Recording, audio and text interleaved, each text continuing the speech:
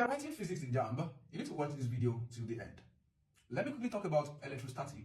According to physics, every object that exists on this earth, we are all made up of charges. And we have two types of charges mainly. We have the positive charge and we have the negative charge. Which means that as you are looking at me right now, there are several positive charge and negative charge roaming around inside you.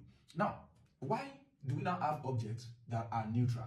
Objects are neutral because the amount of positive charge inside them is also the same as the amount of negative charge that is inside them. So these two cancels out and then you have neutral bodies. Now, so what does it now mean for a body to be positively charged?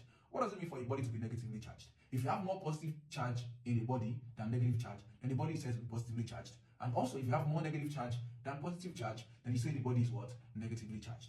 So which brings me to the next thing. How do we charge different bodies? First of all, we have this different type of body. We have the ones that allow charge to flow through them easily. We call them conductors.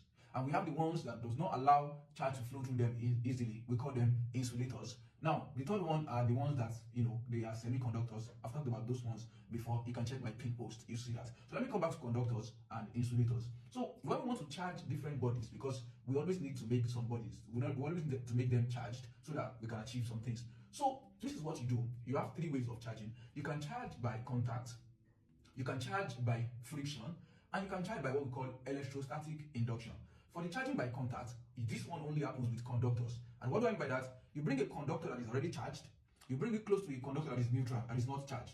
When you place them in contact with each other, after a while, then the charge on this particular one will rub on the other. So if you bring a positively charged conductor to a non-charged conductor, at the end of the day, both of them will become positively charged. And if it was negatively charged, both of them will become negatively charged.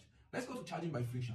In this charging by friction, this one takes place mostly with insulators. Now, with insulators, you bring two insulators. In fact, both of them don't necessarily need to be charged at first. All that you must make sure is that they must be compatible. Now, for instance, if you rub the two of them with each other, this my hand, let's say is the body A, and this my second hand is the body B. Both of them are not currently charged. If I come and I rub them together, based on the fact that there's a relative motion between them, so friction is generated. And because of that, there will be drop of charges from one place to another. So if this guy on the right, on my own right, if it is dropping some of its positive charge to this guy, so as that is happening, this guy will now have more positive charge than negative charge, so it will become positively charged. What you notice with this one, it has lost some of its positive charges. Therefore, it will have more negative charge than what? Positive charge, and it will become negatively charged. So what do you notice? When you are charging by friction, you have two bodies that are not charged before, and when you are done doing the rubbing, you produce charges of opposite kind on the two bodies. Example is rubbing of ebonite with 4. With the ebonite rod and the 4, there is transfer of charge. At the end of the day, the ebonite charge has a net negative charge on it. So what will happen to the 4 like that?